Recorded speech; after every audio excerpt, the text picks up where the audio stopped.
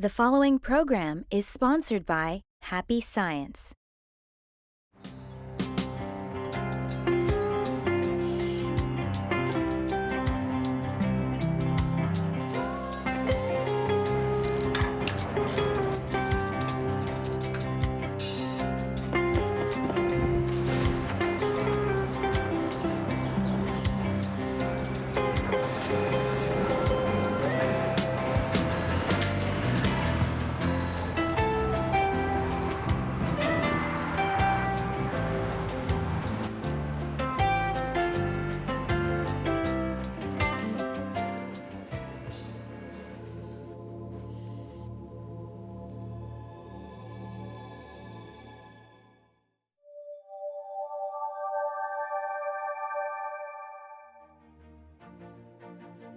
Hello, and thank you for accepting our invitation to happiness.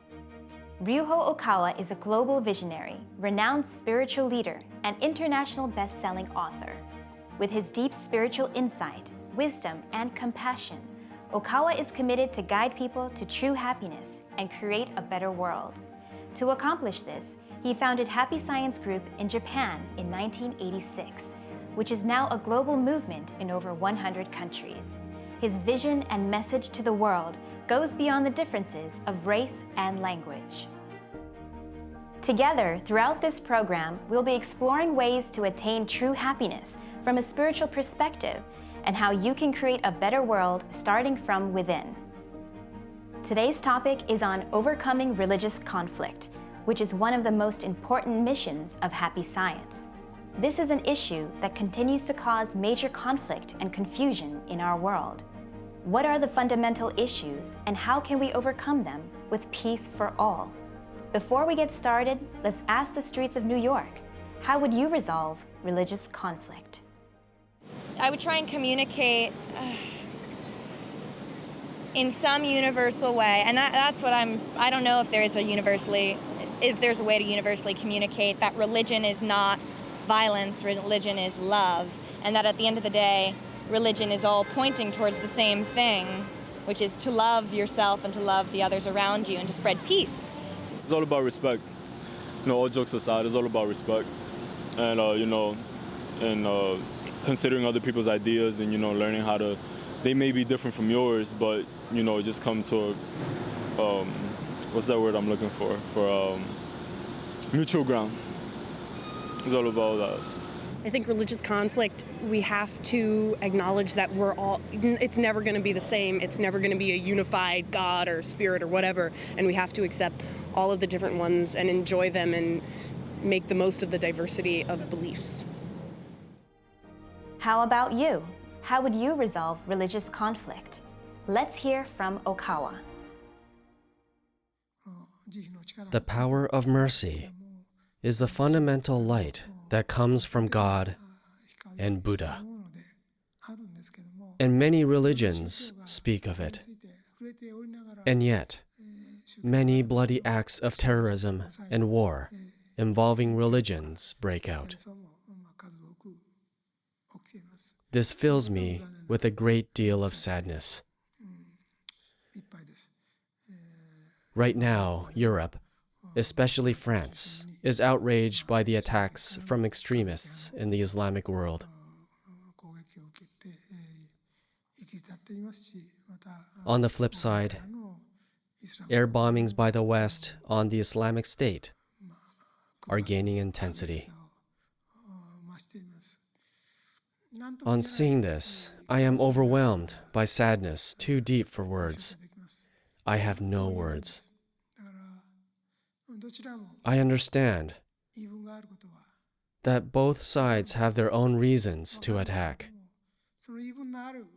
But I feel so sad to see that those with different views can hardly come to a mutual understanding.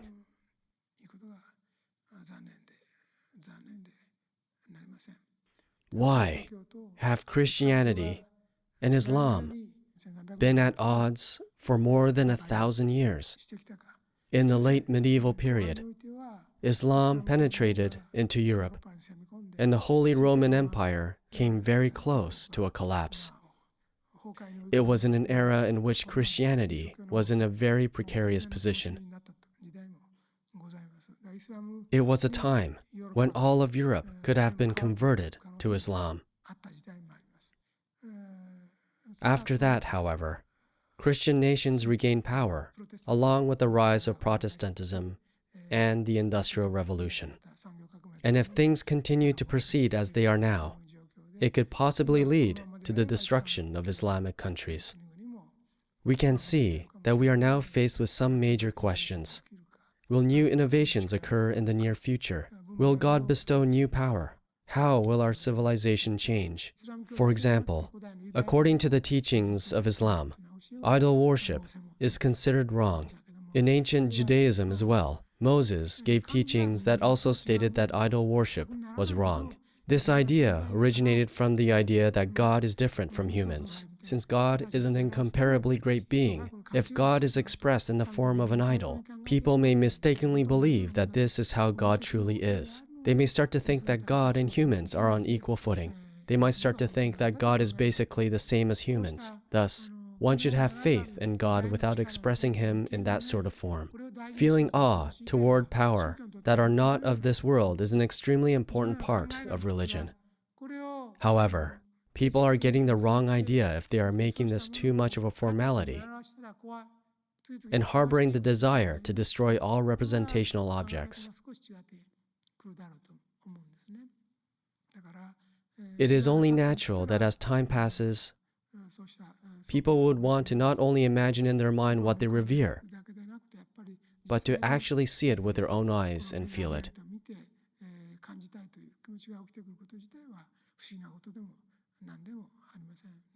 Thus, what was not sufficiently made clear when the original teaching appeared can be a source of future calamity, leading people to reject other religions or to eliminate from this earth anything that is different. This is extremely sad. The narrow-mindedness of human beings is what we should lament the most.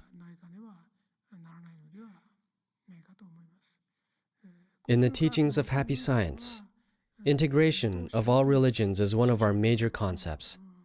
This has been our aim from the very beginning of our foundation. In my book, The Laws of the Sun, as well, I clearly state that Buddhism, Christianity, and other religions actually stem from one fundamental source. I wrote, people need to know that all religions and its teachings originate from one fundamental source. So rather than emphasizing the differences and fighting over them, we should know, understand, and trust each other more and create a new utopia. I am now trying to fill in these large gaps between world religions. I am also trying to unveil God's or Buddha's intentions toward all human activities, including academic studies and ways of thinking. I've started talking about the differences between various races and about the existence of extraterrestrial life forms, different from human beings. To be more accurate, I am saying that sometimes differences in people's race, religion, and culture are due to the differences of their home planets.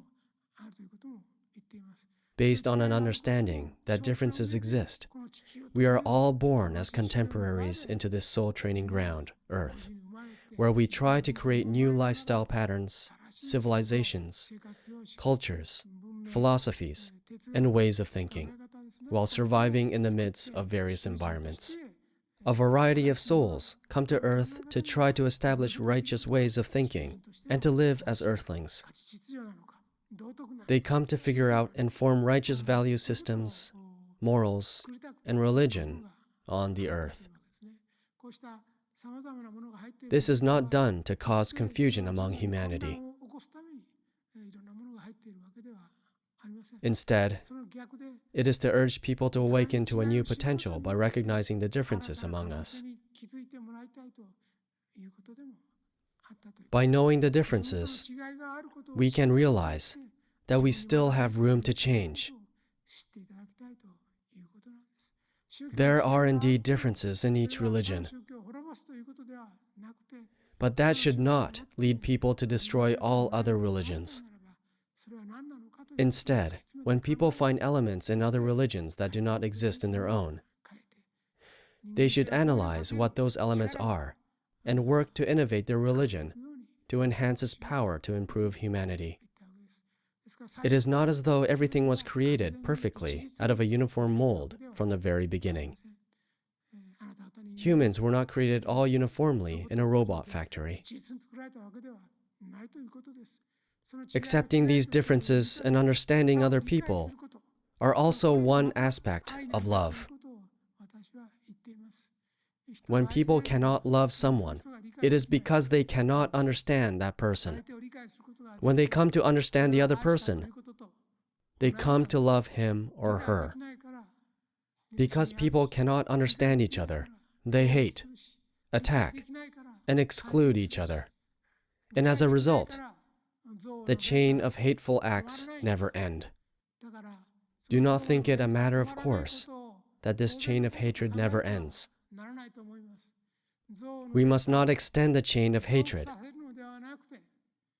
Rather, once we have realized how much we do not understand the way others think, we should move forward toward mutual understanding, even if it takes only one step at a time.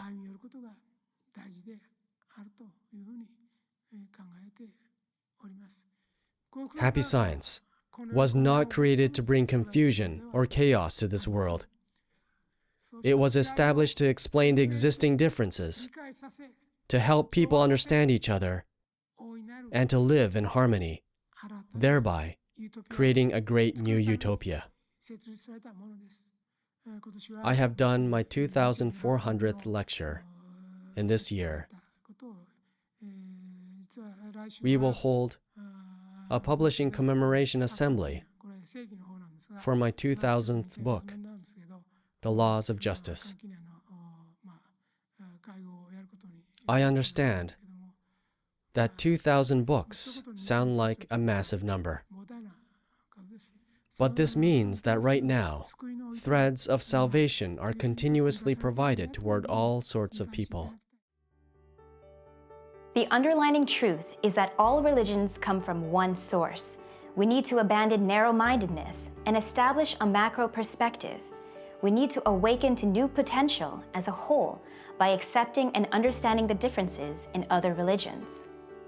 All of us, regardless of religious background, are created equally by God's love, which is in other words called mercy, and innately carry this same essence called mercy deep within our hearts. Instead of identifying and rejecting differences, it is our duty as fellow children of God to respect and embrace each other with love. Let's hear more from Okawa. Despite being on the same planet Earth, if our home country of nationality is different, or if the religion or political system of our country is different, we could be brought up to assimilate ways of thinking that are different from our original ways after several decades. For this reason, some choose to be reborn into different countries. I have given many teachings on these secrets of reincarnation. However, reincarnation is not clearly taught in the Bible. So people with Christian backgrounds sometimes reject the teachings of reincarnation and say that it is heresy or something that they should not believe in. This happens because there are missing pieces in what they have been taught. Actually, it is merely that Jesus' teachings on reincarnation have not really been passed down enough to the current day. However, modern clerics cannot accept this concept, so when they hear the teachings of reincarnation, they quickly assume that such teachings are heretical and wrong. They compare those teachings with past religions that were eradicated through heresy trials. It is fine to have different arguments. However, we need to create a framework that is generous enough to encompass them all. Currently, my books are being published in many different languages. This is a very important thing. In the end, there is a question common to all people. Since no one can escape death, it is extremely important to know what death is. Or in other words, what happens when we leave this world. Knowing this sooner has a great influence on how we live the rest of our lives. However, other than families, co-workers, friends, and acquaintances in this world, the majority of people do not know anyone in the other world. So they want to remain in this world even after death. This gives rise to various troubles and sufferings. When people who have absolutely no knowledge of the spiritual world die, they only know to linger around their families. So their souls wander around in their home. Or they might visit their friends, grandfathers, and grandmothers, or might appear around their co-workers. These souls may remain for years or decades in these areas. It wouldn't be a problem if the priest conducting the funeral or memorial service knew the truth. If a priest can accurately explain the afterlife to the soul of the dead or to the person's family members and relatives, and can send this soul to heaven, then the deceased can be saved. However, priests of today do not have this ability. Some priests, both in Buddhism and Christianity, evade discussions of the other world and try to resolve things only by talking about things of this world. But we must tell those priests that they shouldn't evade such talks, and that is not professional. If they cannot answer questions such as, what happens when people die? What exactly are God and Buddha doing? Then they are not qualified as religious professionals. To help people's souls return straight to where they are supposed to go, it is first essential for them to learn and understand the truth while they are still alive in this world. If that is not possible, the truth should be taught to people who are alive now, which is the bereaved family members, relatives, friends, and others, thereby indirectly communicating the knowledge of the truth to the deceased soul. That is a true memorial service which will serve to truly console their souls. If people who live materialistically or hedonistically without knowing the truth were to suddenly lose their lives by natural disaster or accident, they would have no idea what and where they are, what they should do, and what people are doing around them. However, one should not end up like this. This is something that infringes upon human dignity, upon the dignity of the soul. In fact, knowing who you are, knowing how you should live, and furthermore, knowing what you should do after you die are part of what it is to be human, a part of the human condition. The theme of this lecture is the power of mercy. But what is mercy? It is the heart that can accept and understand the sadness other people hold in their hearts. It is the desire to help others ease their sadness. If you have a heart of mercy, it means that you already have a head start as a human being. Conversely, if you cannot comprehend this heart of mercy, then you are basically living in a dog-eat-dog animalistic world, or a realm in which people are killed daily, similar to what is currently occurring in the desert regions of the Middle East. That is exactly the same as a realm in hell called Asura. And if you cannot comprehend the heart of mercy, you will return to that kind of world after you die. Nevertheless, to end up in a world ruled by fear, or a world ruled by the law of the jungle after death, is not a desirable result for humans. It is true that there is competition in this world. Depending on the way you look at it, a competitive world may appear like a brutal, animalistic world. However, there is more to a human being than simply aiming to win and survive, increasing monetary gain, or having an easy life at the cost of other people or other companies. In that sense, our world is not the same as the world of animals. You must have a heart of mercy. That will create a world where everyone can help and nurture each other. Competing just for the sake of competition is wrong. One aspect of competition is that it promotes mutual improvement. If you stay idle and neglect to improve yourself, you are letting down your parents and forgetting the reason you were born. Do not let your life and your parents' effort go to waste. Instead, strive to study hard and do good work. Aim to be a respectable person who can contribute to society and who can support those in need of help. For this purpose, it is essential to learn a variety of things through friendly rivalry. What people want the most are right teachings. What are human beings? Where did we come from and where do we go? What is death? What happens when we die? If there is suffering after death, How can we be saved from it?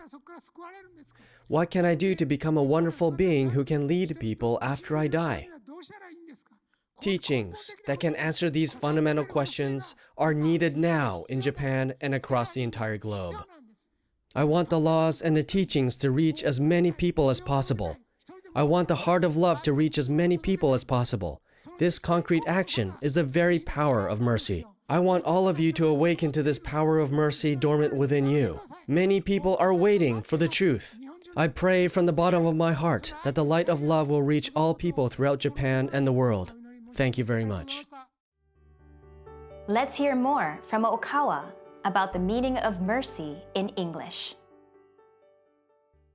There are a lot of religions in the world, and each of religion have wars between them. So it is my main aim to overcome this barrier between the religions. All the religions come from one origin. It's already said in Quran by Muhammad, and he said, the one God sent Abraham, Noah, Moses, Jesus Christ, and these are messengers of God. I love Islamic people. I love Buddhist people. I love Christian people. I love other people of all religions, all relations.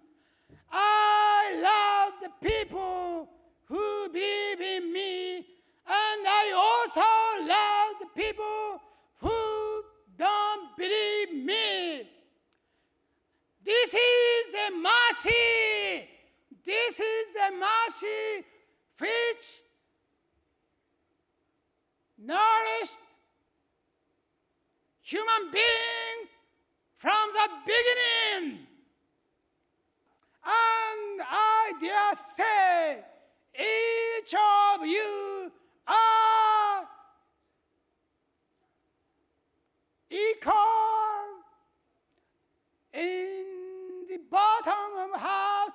You all have the diamond of God. We are one. The world is one. We are living in the age of mercy. Mercy is a different name of God.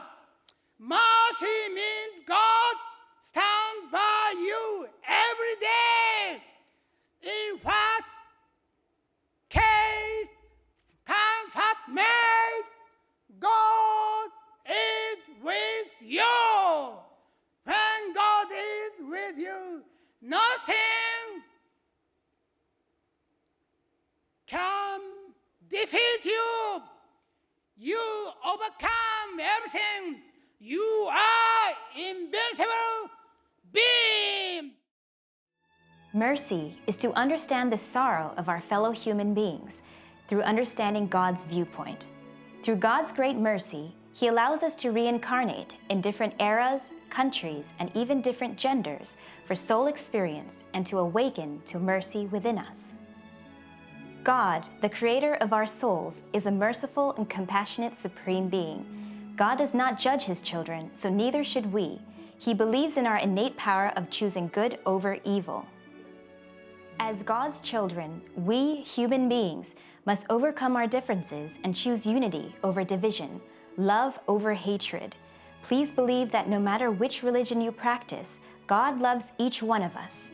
We need to strive to develop a higher macro perspective and rejoice in the equal divinity in one another and respect each other as fellow citizens of this beautiful planet of love, Earth.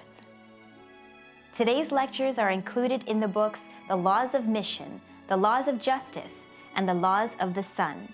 You can purchase your copy from major bookstores, including Amazon.com, Barnes & Noble, or at Happy Science, where you can also listen to many other lectures related to today's topic. For more information, please contact a Happy Science location near you.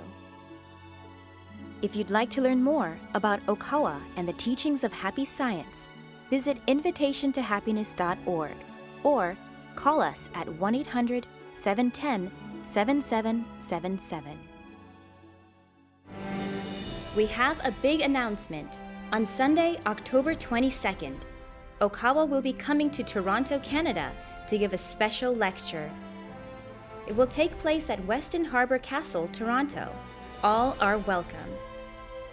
Seats are limited. Please make your reservation by going to invitationtohappiness.org or by calling 1-800-710-7777. Once again, thank you for accepting our invitation to happiness. Join us next week for the topic, The Spiritual Truth Behind Abortion, Brain Death, and Suicide. What happens to these souls? See you next time.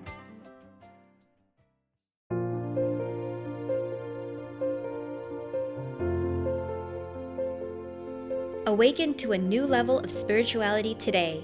The Laws of Mission. Essential truths for a spiritual awakening in a secular age.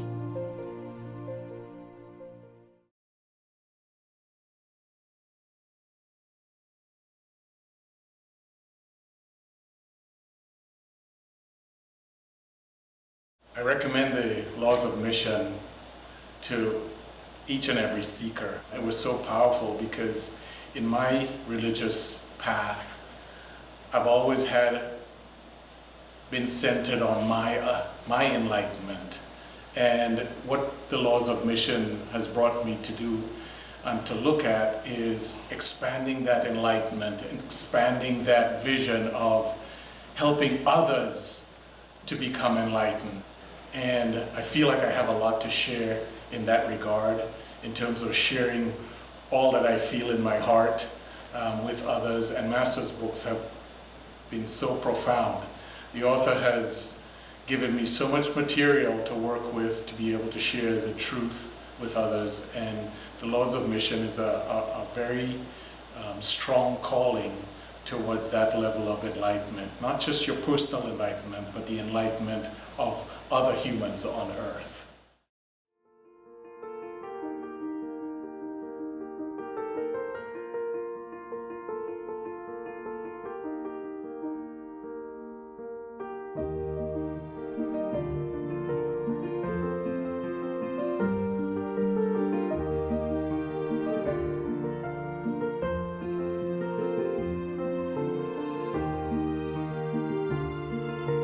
The preceding program was sponsored by Happy Science.